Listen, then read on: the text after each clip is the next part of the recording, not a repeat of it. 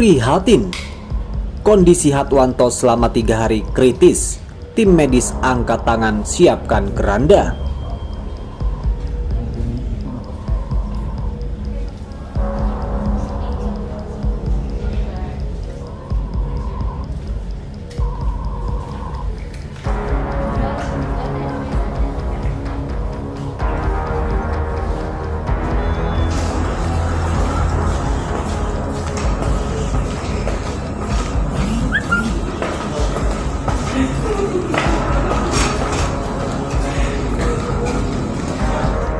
Tapi hari ini ada manusia yang katanya sudah lulus fit and proper test, tak bisa membedakan mana ulama mana perampok. Tak tahu dia mana yang mesti ditangkap, mana yang mesti dilepaskan. Orang yang Allah pilih menjadi itrah, anak turun Nabi Muhammad, keluarga Nabi Muhammad, kau benci? Dalam hadis sahih disebutkan, lau anna rajulan safana bainar rukni wal maqam thumma laki Allah wa huwa mubghidun li ali Muhammad dakhalan nar. Kalau orang hidupnya ibadah di Ka'bah antara rukun Yamani dengan maqam, Ka'bah itu tempat yang paling mulia di muka bumi ini, multazam, di situ dia ibadah, dia sujud sama Allah, sofana maknanya bersimpuh di hadapan Allah di situ sampai seumur-umur, sampai mati. Kemudian bertemu dengan Allah, mati, meninggal. Wa huwa mubghidun li ali Muhammad, dalam keadaan dia benci dengan anak cucu Rasulullah, kata Nabi Muhammad, dakhalan nar. Udah gak usah dihisab, masuk neraka itu. Wah, itu jangan main-main lah kalau sama ulama-ulama yang tawadhu, yang sudahlah udah levelnya itu sudah tinggi, sudah baik gitu kan, yang ikhlas, yang macam-macam. Itu ada anak-anak muda pengen bermain-main, kurang lebih 3-4 orang ya, ngerjain ulama. Apa yang dikerjakan? Dia bawa kemudian keranda jenazah, temannya suruh tidur di situ. Yuk kita kerjain nih, katanya ulama hebat, kita bisa tipu dia, mau main-main. Begitu sudah datang di tempat itu, dia sampaikan, ya Syekh Fulan, namanya Syekh Yazo ya, begitu datang ke situ, coba katanya ini ada yang meninggal, bisa nggak saya sholatin gitu ya kan. Mereka udah nahan tawa-tawa, tapi ini ustadzan aja nih, ulamanya, alimnya ustadzan.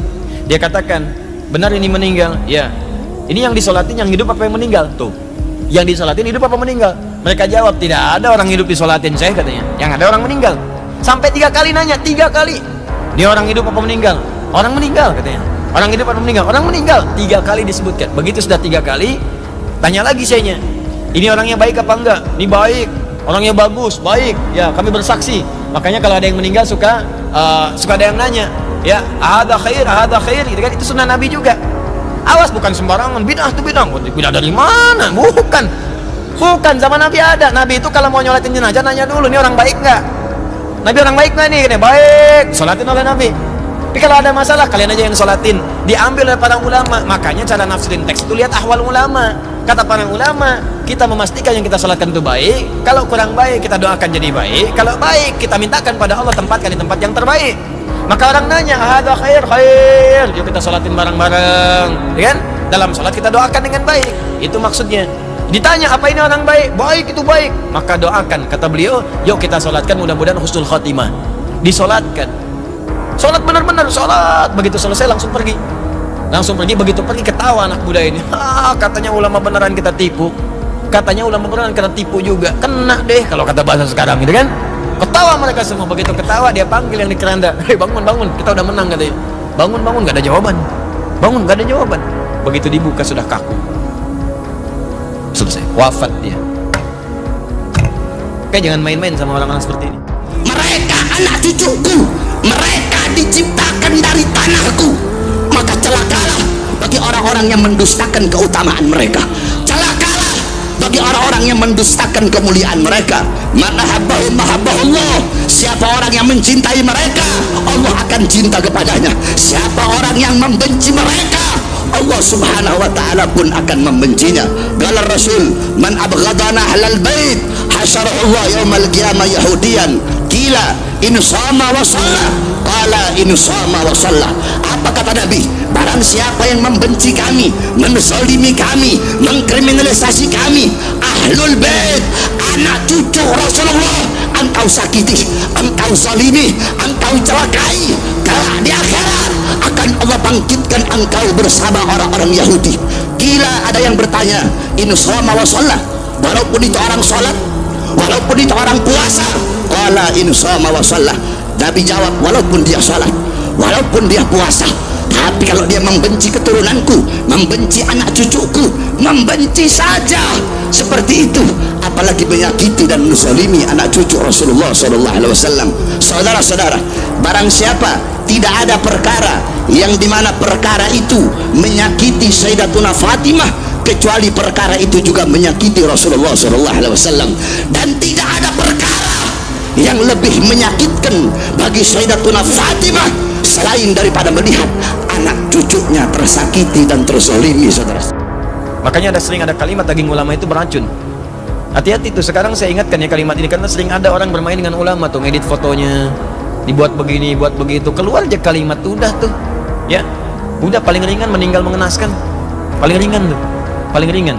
Karena ulama itu pewaris Nabi, kalau antum menyakiti ulama, nyakitin Nabi. Itu hadisnya ada, wa innal ulama warathatul anbiya, di Ibnu Majah, nomor hadis 233. Wa innal ulama warathatul anbiya. Para ulama itu pewaris Nabi. Antum punya warisan, warisan antum diambil orang, marah antum kan? Antum punya warisan tanah antum, warisan bapak diambil orang, antum marah. Ya warisan Nabi diambil antum, dicela antum, ya Nabi marah lah. Paham ya? Ya, yang paling bahaya, ulama itu ditempatkan nomor 3 oleh Allah setelah malaikat. Ya, syahidallahu annahu la ilaha illa huwa wal malaika wa ulul ilmi. Ulama urutannya ditempatkan oleh Allah, dipuji. Antum ganggu ulama, ya Allah marah. Paham ya? Kenapa tegang begini? Ya. Ah, itu mesti hati-hati. Awas jangan salah kontrol. Jangan salah kontrol ya. Jangan celah, jangan apa-apa dan sebagainya. Ini seringkali begini nih, karena konstelasi politik juga sekarang nih, pilpres apa-apa, mungkin di setiap kubu ada ulama, ada apa. Kita hormati, mungkin masing-masing punya ijtihad. Ya.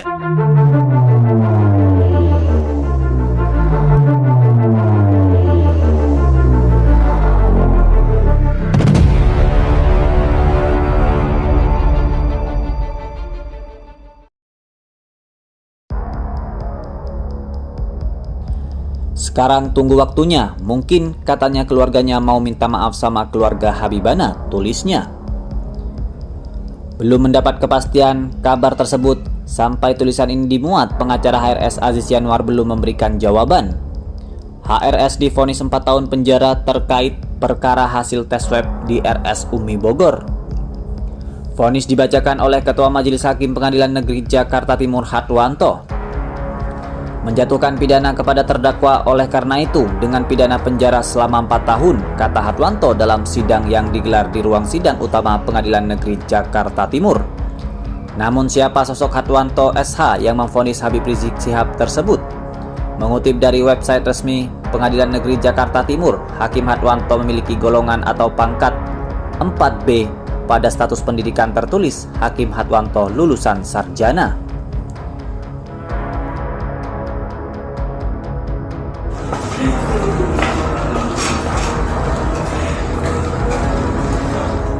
Tapi hari ini ada manusia yang katanya sudah lulus fit and proper test, tak bisa membedakan mana ulama mana perampok. Tak tahu dia mana yang mesti ditangkap, mana yang mesti dilepaskan. Orang yang Allah pilih menjadi itrah, anak turun Nabi Muhammad, keluarga Nabi Muhammad kau benci? Dalam hadis sahih disebutkan, lau anna rajulan safana bainar rukni wal maqam thumma laqiyallah wa huwa mubghidun li ali Muhammad dakhalan nar. Kalau orang hidupnya ibadah di Ka'bah, antara rukun Yamani dengan maqam, itu Ka'bah, itu tempat yang paling mulia di muka bumi ini, multazam, di situ dia ibadah, dia sujud sama Allah, sofana, maknanya bersimpuh di hadapan Allah di situ sampai seumur-umurnya, sampai mati. Kemudian bertemu dengan Allah, mati, meninggal. Wa huwa mubghidun li ali Muhammad, dalam keadaan dia benci dengan anak cucu Rasulullah, kata Nabi Muhammad, dakhalan nar. Udah gak usah dihisab, masuk neraka ini. Mereka anak cucuku, mereka diciptakan dari tanahku, maka celakalah bagi orang-orang yang mendustakan keutamaan mereka. Celakalah bagi orang-orang yang mendustakan kemuliaan mereka. Man ahabbahum ahabbahullah. Siapa orang yang mencintai mereka, Allah akan cinta kepadanya. Siapa orang yang membenci mereka, Allah subhanahu wa ta'ala pun akan membencinya. Qala Rasul, man abghadana ahlal bait hasyarahu Allah yaumal qiyamah yahudiyan. Qila in sama wa shalla, qala in sama wa shalla. Apa kata Nabi? Barang siapa yang membenci kami, menzalimi kami, mengkriminalisasi kami, ahlul bait, anak cucu Rasulullah, engkau sakiti, engkau zalimi, engkau celakai. Kelak di akhirat akan Allah bangkitkan engkau bersama orang-orang Yahudi.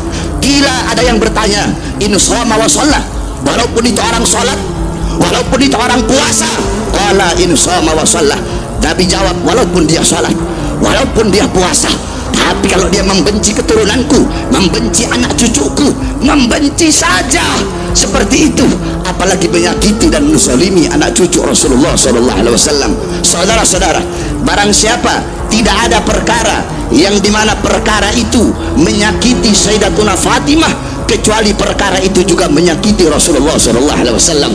Dan tidak ada perkara yang lebih menyakitkan bagi Sayyidatuna Fatimah selain daripada melihat anak cucunya tersakiti dan terzalimi, saudara. Makanya sering ada kalimat daging ulama itu beracun. Hati-hati tuh, sekarang saya ingatkan ya kalimat ini, karena sering ada orang bermain dengan ulama tuh, ngedit fotonya, dibuat begini, buat begitu, keluar aja kalimat tuh, udah tuh, ya, udah paling ringan meninggal mengenaskan, paling ringan tuh, paling ringan. Karena ulama itu pewaris Nabi, kalau antum menyakiti ulama, nyakitin Nabi. Itu hadisnya ada, wa innal ulama warathatul anbiya di Ibnu Majah, nomor hadis 233. Wa innal ulama warathatul anbiya. Para ulama itu pewaris Nabi. Antum punya warisan, warisan antum diambil orang, marah antum kan? Antum punya warisan tanah antum, warisan bapak diambil orang, antum marah. Ya warisan Nabi diambil antum, dicela antum, ya Nabi marah lah. Paham ya? Ya, yang paling bahaya, ulama itu ditempatkan nomor 3 oleh Allah setelah malaikat. Ya, syahidallahu annahu la ilaha illa huwa wal malaika wa ulul ilmi. Ulama urutannya ditempatkan oleh Allah, dipuji. Antum ganggu ulama, ya Allah marah. Paham ya? Kenapa tegang begini? Ya. Ah, itu mesti hati-hati. Awas jangan salah kontrol. Jangan salah kontrol ya. Jangan celah, jangan apa-apa dan sebagainya. Ini seringkali begini nih, karena konstelasi politik juga sekarang nih, pilpres apa-apa, mungkin di setiap kubu ada ulama, ada apa. Kita hormati, mungkin masing-masing punya ijtihad.